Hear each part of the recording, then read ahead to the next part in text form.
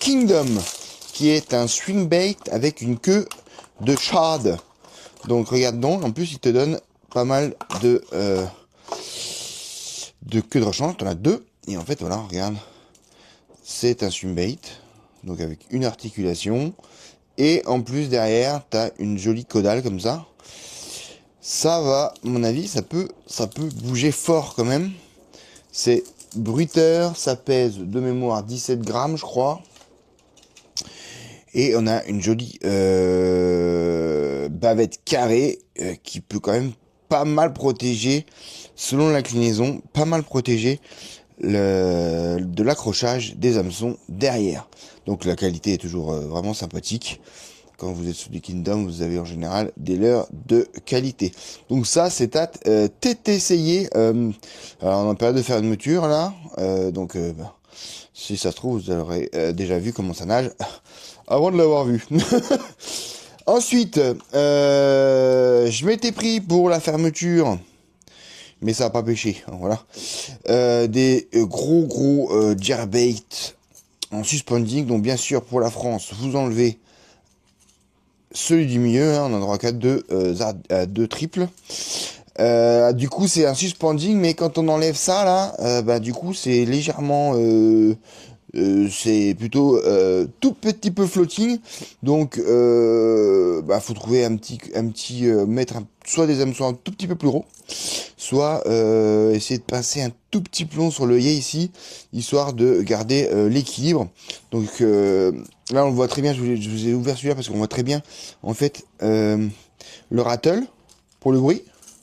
Et en fait aussi, le mouvement ici, vous voyez, il y a une petite bille en haut qui fait le bruit aigu, entre guillemets. Et en bas, vous avez les 3 billes qui font les bruits graves. Et vous avez des grosses billes qui peuvent faire aussi l'envoi pour aller loin, en fait, vraiment le transfert de masse. Donc je l'ai pris en mode Shaun et je l'ai pris en Shoaly perche aussi. Donc c'est des Tsurinoya Sparrow, je crois. Et ça fait, de mémoire, je ne sais plus, 18 grammes, 12 cm. Voilà, donc ça se lance vraiment pas mal. Apparemment, c'est Design in Japan. C'est ça, faut le voir pour le croire. Ensuite, un plus petit, là c'est la Tsurinoya aussi, en 80 mm, encore en suspending, parce que moi j'adore cette nage. Je l'ai déjà testé, mais j'avais la Fire Tiger. Et ils sont vraiment très sympas dans l'équilibrage. Donc vous avez aussi ce transfert de masse, vous avez aussi ce bruit assez sourd. Par contre, il se présente dès que ça s'arrête, ça stop net à 45 degrés. Donc là, vous avez vraiment l'ensemble des hameçons qui sont présentés et qui peuvent être attrapés par le brochet. Si c'est à plat, si tu veux, il y a une ou deux chances qu'ils prennent que l'arrière ou que l'avant. Enfin voilà, à 45 degrés, globalement, il va venir, il va tout engamer. Voilà, ce petit bleu naturel, vraiment ça fonctionne super bien, c'est super équilibré, ça pèse pas grand chose, donc ça permet d'avoir du matos assez sympathique. On est sur du 17 grammes et avec le transfert de masse, ça se lance super loin. Ça m'étonne du coup que celui-là soit 17 grammes pour le coup. 18 grammes, ouais, 12 cm. Ouais, ça pèse autant lourd l'un que l'autre. Fumé ou... Ah non, c'est pas faux. C'est pas faux. Ensuite, nouvelle taille chez, alors je sais plus, c'est plus forcément, c'est Hunthouse du Dark Sleeper. Vous aviez la petite taille en 80, je crois, ou 70, et là vous avez la grande taille en 28 grammes en 95.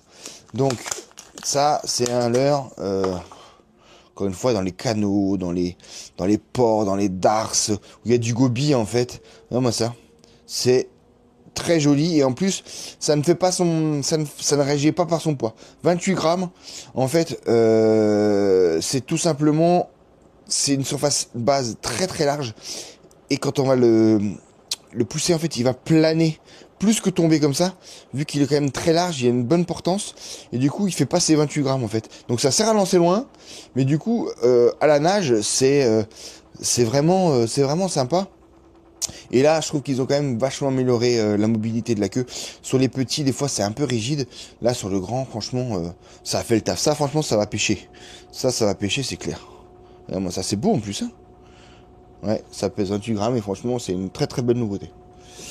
Ensuite, encore copie. Ça, voilà, maintenant. On y est, hein. Alors, je sais plus le nom de l'original, mais en gros, c'est un lipless avec une paire de couilles devant. C'est laid comme un crevé, putain. Mais en fait, du coup, c'est un lipless qui va chercher loin dans la couche d'eau. Ça fait 18 grammes. Et en fait, ça va vraiment aider d'aller chercher vraiment les poissons au fond quand ils sont collés en hiver. Ça, du coup, ça jingle comme ça. Et ça permet, en fait, la finition est pas ouf non plus. Faut être là, tu vois, c'est déjà pété, quoi. Yeah. Ah, mais celui-là, tu vois, je vais le renvoyer. Parce que oui, ça fonctionne bien, le remboursement des leurs. Hein. Donc, oui, tu vois, il est arrivé, il est abîmé. Je vais faire une jolie photo et je vais être remboursé. Et peut-être que j'aurai même pas à l'envoyer. Donc ça, voilà, ça arrive. Dans toutes les marques, puis chez AliExpress aussi. Il faut savoir que moi, j'ai jamais eu un souci. Quand il y a un truc qui fonctionnait pas, j'ai toujours été remboursé. Toujours. Donc voilà, ça c'était la petite... comment est-ce qu'elle s'appelle? Un lipless, voilà, donc ça bouge comme ça grâce à la zone en fait frontale plate du devant, ça vibre et du coup ça cherche aussi du poiscaille. Ensuite, bon, là on est sur encore une copie, mais pas de copie forcément du leurre. On est sur un gros shad, mais de la couleur. La couleur en fait, je sais pas si vous suivez un petit peu internet ou bien les youtubeurs, c'est ici un design fait par Romain Pêche, la chaîne, qui pour Nace, et là pour ce coup c'est pas Nace, c'est pas Romain qui les a fait. Regarde, moi j'ai l'original sur un double grub de chez Nace là, voilà, ça c'est l'original, tu vois, vert, paillettes rouges, paillettes vertes, et ben là ils ont fait la même, moi.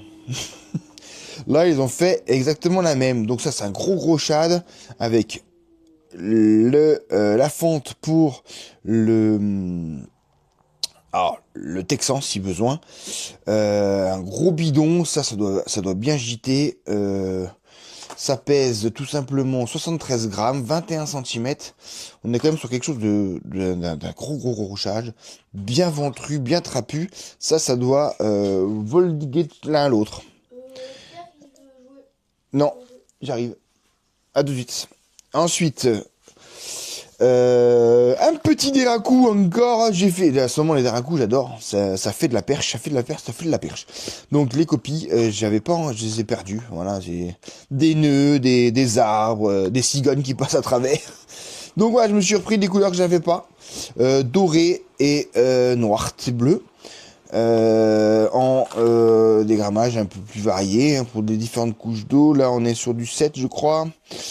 Et ils te le disent plus. Si, ils te le disent? Non, ils te le disent plus. Bon, bah, super. Ouais, c'était la petite 7 et puis 14 grammes, je crois, ou quelque chose comme ça. C'est marqué dessus? Peut-être, non, je sais même plus. Mais ça doit être ça. Voilà, donc ça, pour moi, c'est marqué trou de cerise, mais pour moi, c'est perche cerise. Hein. Là, c'est clairement... Et ça peut prendre du brochet aussi en début de saison. Il n'y a pas de problème. Ça, c'est vraiment un must-have. Hein.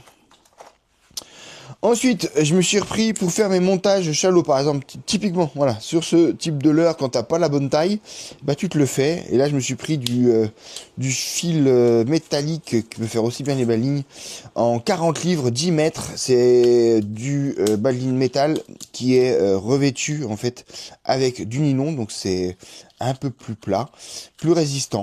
Parce que le 15 ou 10 livres, je le pétais avec la main en fait. Enfin, je le faisais l'anneau, je le serrais là-bas, tiens, regarde. Il y a encore un reste. Ici, là, je me suis amusé, j'avais fait le sertissage et j'ai tiré et à la main, ça s'enlevait. Donc, c'était vraiment pas assez costaud, celui que j'avais. Donc là, j'ai pris du 40 livres de moment. J'espère que ça va bien se passer. Ce qui est sympa, c'est qu'il te donne les crimps avec pour pouvoir faire tes boucles. Donc ça c'est cool. Et donc avec des voilà, regardez l'Aliexpress de la semaine du mois dernier, on y décrit les différentes choses qu'il faut acheter pour faire ce type de montage shallow. Ensuite, qu'est-ce que ah oui, je me suis pris, comme on est en fermeture, là à l'heure actuelle que je change, je me suis pris en fait des montages pré-montés de drop shot en texan pour éventuellement la belle saison. La dernière fois c'était les montages texans avec des hameçons normaux, genre pour mettre le verre. Et là tu vois, tu as le texan avec l'œillet avant et après du balding. Donc le plomb, l'œillet, t'as plus besoin de faire ton... et en plus ça tourne. Donc ça c'est vraiment pas mal. C'est vraiment sympa. Tac, ça dépend de la time. Là tu peux déjà mettre un beau finesse. Il y a des perches qui vont pas rigoler avec tout ça. Ensuite, hop, on se remet. Alors ça c'est utile, pas utile. Bon, du scotch papier ça fonctionne pas bien. Mais là c'est un peu plus... c'est un peu plus étroit, donc forcément ça marche mieux. Ça sert à arrêter vos... tout simplement... quand vous avez plus de bas de ligne ou de quoi accrocher votre fil sur votre moulinet, bah vous prenez ça et vous faites le tour du moulinet et ça vous arrête votre bas de ligne, notamment pour les castings où on n'a pas la gorge, le clip pour venir mettre le fil dedans. Donc c'est pas mal, ça se décolle bien, ça met pas de colle sur le fil, sur la tresse, donc ça c'est pas mal. Voilà, ça il y a 4 ou 5 rouleaux qui viennent comme ça. C'est pas mal. Ça peut servir et en tout cas ça peut éviter d'en foutre partout et de s'en mêler de partout. Ensuite, ça peut être sympa. J'ai vu ça. C'est B&U qui fait ça. C'est des rangeleurs tout simplement. Quoi? Ben ouais. En fait, ça permet... c'est une petite pochette de l'heure. Ils ont encore mis ça avec des jolis scotch en plus. Du scotch verni. Voilà. Et donc en fait, tu prends ta pochette. Et ça évite... putain la vache, c'est la pochette de la pochette ça, tu vois. Tu peux les mettre et tu pourras ranger tes leurres comme ça, sans que ça s'en mêle. Donc là typiquement, mon petit bleu, je le prends. Voilà. Il est dedans. Et comme ça se tend, regarde, il bouge plus. Il est dedans, je presse, je l'ai en main. Donc ça c'est franchement pas mal. Il y a plusieurs tailles.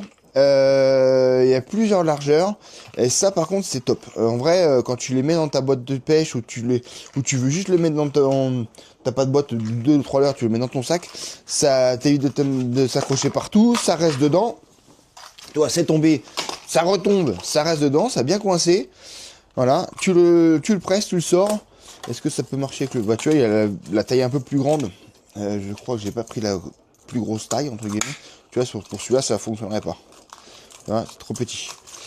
Après, voilà, il y a plusieurs tailles. Hop.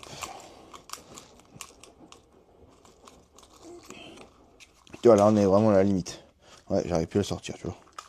Donc, il y a, voilà, il y a plusieurs tailles, il faut prendre en fonction. Moi, j'avais pris ça sur la médium, je crois. Lure holder.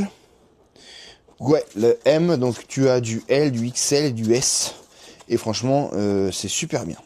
Ça, c'est une très très très bonne idée pour ranger vos leurres, les protéger, éviter qu'ils s'abîment les uns aux autres. Si vous avez des leurres un peu précieux, un peu chers, ça peut vraiment être sympathique.